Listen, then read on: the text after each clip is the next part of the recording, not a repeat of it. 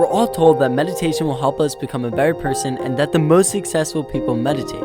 People like Ariana Huffington, Joe Rogan, Michael Jordan, and Oprah Winfrey. All these people are from completely different realms, but they're all equally successful in their own right.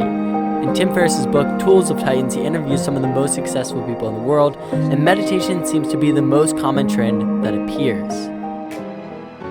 But is meditation the way to success, and should you meditate? Should you be one of those people that meditates to become one of the most successful people in the world? Well, for that reason of exploring this question, I decided to meditate for 10 days straight. And I've meditated a lot before these 10 days, but I've never meditated super consistently. So this was an opportunity to try and meditate as well as I could. And I set the goal of a minimum of 10 minutes per day. And so you'll see what happened, and I'll tell you kind of what happened. I'll walk you through this entire experience. But there's a lot around meditation and the science of meditation and things that it can do for you. And so before we get into this, I kind of want to explain what meditation is. Meditation, as Google defines it, is the action or practice of meditating. Very helpful, Google. I'd better explain meditation as the practice of mindfulness in order to train attention, awareness, and to achieve a mentally clear and emotionally calm state. I hope that I did a little bit of a better job explaining, but this is usually done through guided meditations or through transcendental meditation or really any other meditation technique. And really, it's used to enter a state of ease that is used to help reduce stress and find a calm place. Okay, so now that you know what meditation is, let me take you through the benefits of it, because obviously, based off that description, you can probably tell that there are some benefits that are talked about and things that people say it can do. So let me read you off a couple things that Psychology Today reported as reasons to meditate. They said 20 scientific reasons to start meditating today. Okay, so I'm going to read these out as quick as I can.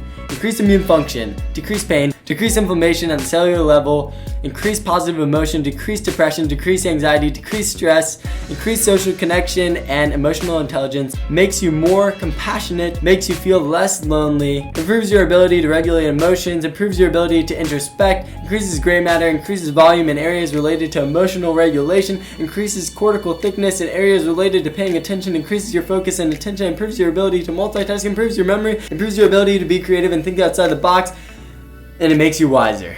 Okay, so those are all the reasons to meditate, and obviously there are so many more reasons to meditate. Those are just the ones that Psychology Today listed, and there are 20 reasons to meditate. Okay, so now that you know what meditation is and you know the benefits of meditation, it's time to go through what I experienced in my 10 days of consistent meditation. As I said, for 10 minutes a day minimum. Yeah, let's go and get a Pilates mat to sit on and get some tea and get cozy so we can talk about this and explore the study. Let's do it. Oh wait, before we get up, can we note how cool this room is? I actually just remodeled this with my roommate Alex, and I'm pretty proud of it. I mean, it looks a lot better than it did before, and you'll see in the videos like what it used to look like. But yeah, I'm pretty proud. So I would just like to take a look around real quick. I'll pick you up real quick.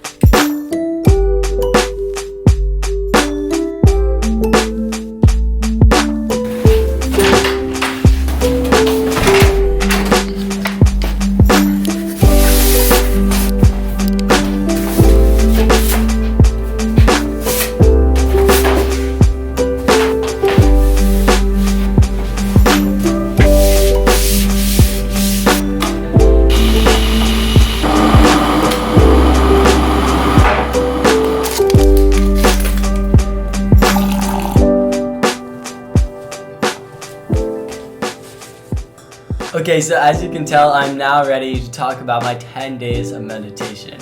And this was a really interesting experiment. I have to say that I wasn't really expecting the results I got, and it really turned out to be very interesting, and that's kind of why I ended up recording this about like 2 months ago, and now I'm finally making the video about it because it took me a long time to think about how I want to frame this, because it's not what you'd expect, and it kind of was a little bit shocking, and I kind of had to come to the reasoning behind it because, you know, it's something that, well, this isn't probably making too much sense. So I'm going to go through the 10 days and then I'll explain it, because then it'll make a lot of sense. Okay, so this is day 1 and I'm starting with a sports meditation because I have my race today. So let's begin. Let's see what happens.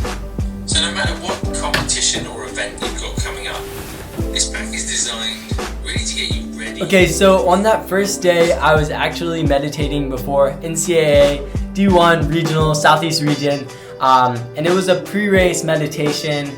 And Cooper and I sat down and did a sports meditation, which was really good for getting us in the right headspace. Okay, so I just did my first meditation with Cooper. Kind of calming us down before the race. I'm not going to break down every single day like this, but this was a special day that we did a sports meditation. And I just want to say that this day was really effective. I felt really good on race day, and my nerves were a little bit lower than they would have been. It talked about like finding a place of calm and being able to come back to it when you are on the line, when you're getting ready to race, when you are racing. And in that situation, it was very, very beneficial. Okay, back to the days. Let's continue through these.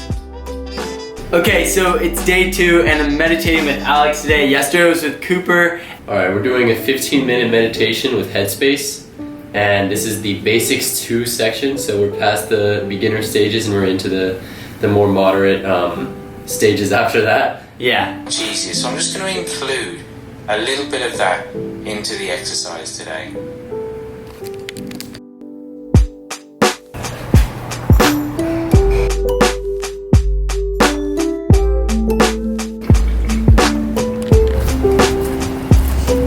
That's why I hate being inside.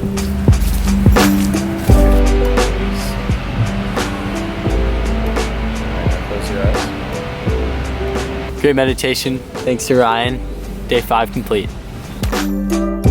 Okay, so this was a special day and I decided to meditate with my friend Ryan Thomas. He took me through his own meditation, so he guided me on a meditation, which was incredible, and he kind of prepared it by making us tea, and we were just hanging out, getting in the right mindset before we meditated. And this was just a really nice morning. We ended up spending some good time together. More than anything, that was a really good bonding experience. It was a really good time to just spend some time being mindful together. So that was really cool. But again, back to the days. So it's day 6 of my meditation journey and Alex is joining me again. So Basics 2, Season 3, let's begin. Okay, we're gonna try that again. Okay, so it is day 7 of my meditation journey, and today I'm gonna be doing a productivity meditation just to kind of set my day off right, because today I have an exam and a lot of work to get done, so I'm trying to just get in the right headspace. And yeah, So let's really when we're begin. talking about productivity in this sense, we're talking about efficiency. Okay, so that was the 10th day, and so now I'm gonna roll up this mat and get back on the couch to kind of break down this whole thing and tell you where I'm standing on meditation and whether or not you should meditate, kind of give you a whole wrap up of that. So let's get to the couch.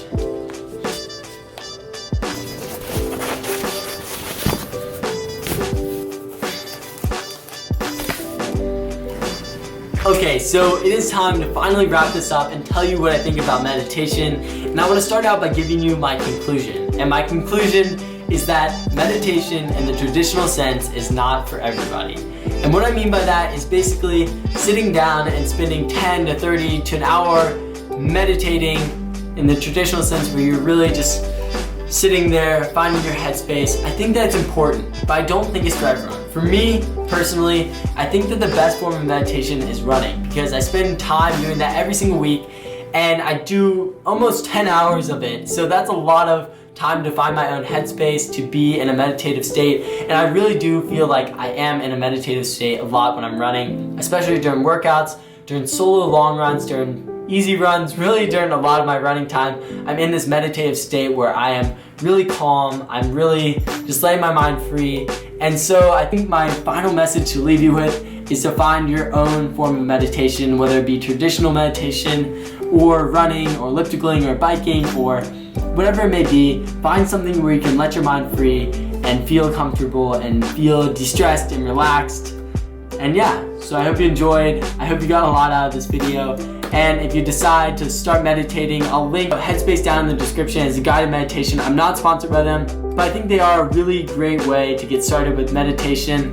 And if you decide to start, definitely check them out. It's really great. But before I leave you, I just want to pop one last question up into the air. I've been thinking a lot about starting a podcast, and I know a lot of you all enjoyed talking to Bashir, my friend that helped me out with one of the videos where I talked about my states race, and I'll link that video up there if you haven't seen it. But basically, I've been thinking about starting a podcast, maybe with him as a co-host. I haven't told him yet, but I think it'd be really fun. So definitely comment down below whether or not I should start a podcast, and I'll also put up a poll right in the corner so you can vote there. I don't know, maybe I should throw in the mix, I don't know. Okay, that's all for today, so I'm gonna leave you. Live happy, be healthy, see you later.